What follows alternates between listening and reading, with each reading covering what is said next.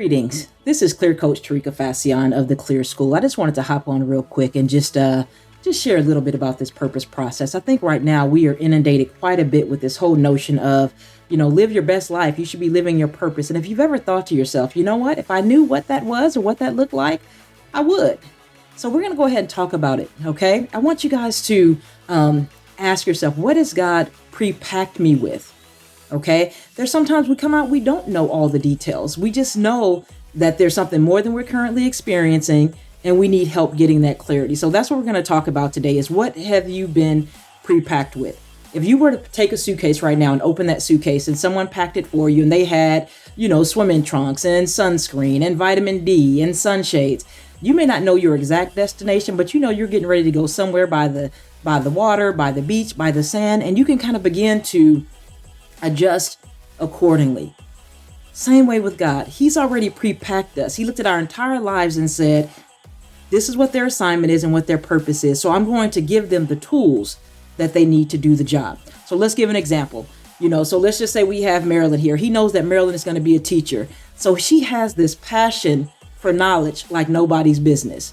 The love of learning, the love of reading, the learn of teaching. Like you can't just make someone have that. You know what I mean? So that's a telltale sign if you love knowledge and learning that there's something that you're going to be imparting to others. So then he looks at Brenda and he says, Brenda will comfort the sick.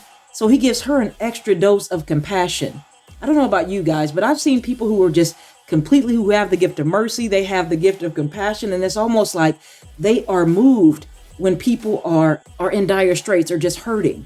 And you may ask yourself, like, man, why can't I be like that? Guess what? If we had every gift and every tool, we wouldn't have any idea of what we were really supposed to be doing. So I'm learning, guys, like not to envy what someone else has, but to respect the fact that there are people who can deal with situations like, hospice or, just very difficult circumstances. And they have the capacity to deal with that. There's some people who are very good in emergencies. We need every type of person. So instead of us wanting to be someone else, we really have to begin to look at, what is God prepacked me with? What's in my bag? So let's explore what's in your bag. What has he prepacked you with? What activities and experiences cause you to come alive and to thrive? Every time there's a get together or an event, you just, I'm just so excited about this whole process. But you get someone like me and it's an event and getting together and the logistics and all that, it absolutely will wear me out. All right. So this thing that you're doing that caused you to come alive and thrive, when you are experiencing this activity or this conversation, you actually become sad when it comes to an end. I can tell you this conversation of identity and purpose has been a lifelong conversation for me. And as much as I'm an introvert, at times, like I get my energy more so from being alone. Anytime this topic comes up, I come absolutely alive. So I'm going to ask you a simple question. What makes you come alive? I don't know why we think that when God gives us purpose, it always has to be just in such dire straits, or it has to be in the backwoods of some, some place that, that God is just going to, that misery has to be coincide with purpose. That's not the case. So I'm going to ask you, when you do this thing, you lose all track of time and your energy seems endless and boundless. Start paying attention to that. Start paying attention to what makes you come alive and thrive, because the bottom line is God understands that if it's not in our heart, if it doesn't move us, then it won't move us. So don't take any of that for granted. So let's look at it this way. If you were in a river, these will be times when you feel like you are going with the current. What are the recurring themes? Your life may have undergone significant challenges, changes, but your bent, your passions, what you yearn to do and experience should only intensify. It should only intensify. When I tell you guys that I'm feeling compelled more and more to help us get clear about our identity and purpose, it's real, you guys. So I'm not necessarily a huge fan of video, but my passion for us to get clear is making me find different hair wraps and in situations, because that's not my gifting either. But I am committed to helping us get clear. This is the thing that you keep finding yourself doing. Fixing things, baking, putting together care packages, checking on people, hospitality, all of that just makes you come alive. Networking, I'm telling you, there's some people out here who have a gift for that. And you're energized by that, whereas other people have to take naps, vitamins, and all of that to get ready for those kind of situations. So don't take it for granted that this is something that comes natural to you. One thing that I found about people who have a natural area of gifting or talent, like we often have a hard time celebrating that. If anything, we diminish it because once again, it comes so easy to us that we just feel like, everybody can do this. Absolutely not. Everybody cannot absolutely do the things that you do in the way that you do it. For you guys who fix things and you can kind of get something from IKEA and just put that thing together, that is a nightmare for many of us. And so now you have people who create whole businesses around coming to put stuff together because that is just not in your wheelhouse. So I want to encourage you, don't discount the things that come naturally to you. If anything, I need you to put a spotlight on that because it comes so naturally to you. Could it be that God has given you license to do more of that? If it's in his will. Sometimes I think somebody may have the gift of communication or the gift of gab. And God is saying, look, the gifts are irrevocable. You can use it for good or you can use it for being shysty. It's up to you. So you can use your words to empower, to motivate, to teach, or the shadow side of that is people can use that to manipulate. So what I am absolutely encouraging us to do is saying, what has God prepacked you with? And I want you to use that in a way that is upright. All right. So let's just be really clear about that. So these are, once again, the things that come easily to you. Look at those things, not without struggle, but they come with less struggle than other people might experience. You find yourself asking the question, why can't others do this? Why do they find it so difficult? Once again, you're saying that because it comes so easy to you. And like if a fish is in water, like it doesn't understand the gift of water. All it knows is water because that is its habitat. So when you're like a fish in water doing the thing that's natural to you, once again, you look around and say, I wonder why other people can't just do this. It's really simple. Quadratic equations, absolutely not. Okay, so once again, let's look at what you do naturally. God shaped you according to your purpose. So once again, how else can you explain your ability to operate in emergency? How else can you explain your ability to just solve complex problems? How else can you explain your ability to counsel others when they come into your space? And that's another thing. People come to you for what you hold, not what you don't.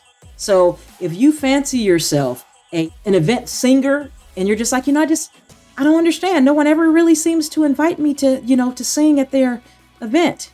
I call this the American Idol syndrome. When they get on there and they get to, sharing something, you always wonder, like, did they not have a friend, a sister, a cousin who could let them know, like, maybe this is not really where you're supposed to be. So once again, it also shows up in what we're not prepacked with.